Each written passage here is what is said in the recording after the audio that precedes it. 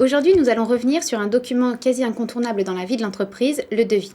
Mais connaissez-vous toutes les mentions qui doivent y figurer? Quelle est sa valeur? Comment calculer votre prix? C'est ce que nous allons voir dans cette vidéo. Le devis est un document obligatoire dès lors que le montant de la prestation est supérieur à 150 €.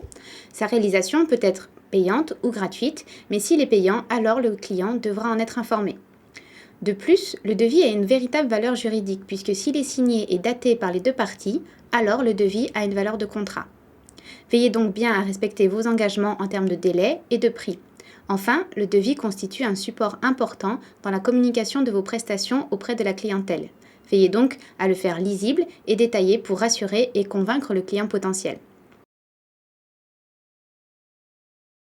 Pour faire un bon devis, vous devez tout d'abord évaluer précisément quelles sont vos charges afin de déterminer à partir de quel tarif vous pouvez vendre raisonnablement.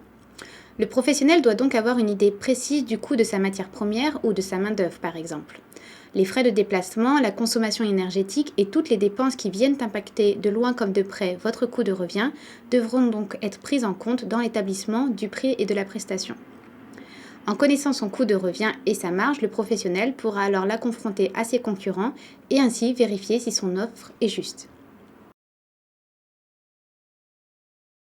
Comme toute entreprise, vous devez chercher à dégager des profits et cela nécessite de dégager une marge suffisante. Je ne vous conseille donc pas de vous focaliser uniquement sur le prix de vente de vos concurrents, mais cherchez avant tout à être rentable.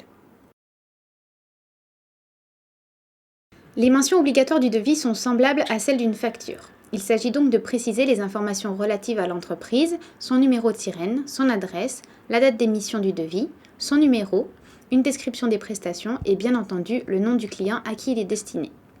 Enfin, il y a des mentions particulières qui peuvent trouver leur place telles que devis reçu avant exécution des travaux, la date de début et de fin de la prestation, la période de validité de l'offre et les éventuelles conditions de révision du prix. Et pour finir, le client doit donner son accord en précisant bon pour accord et en signant.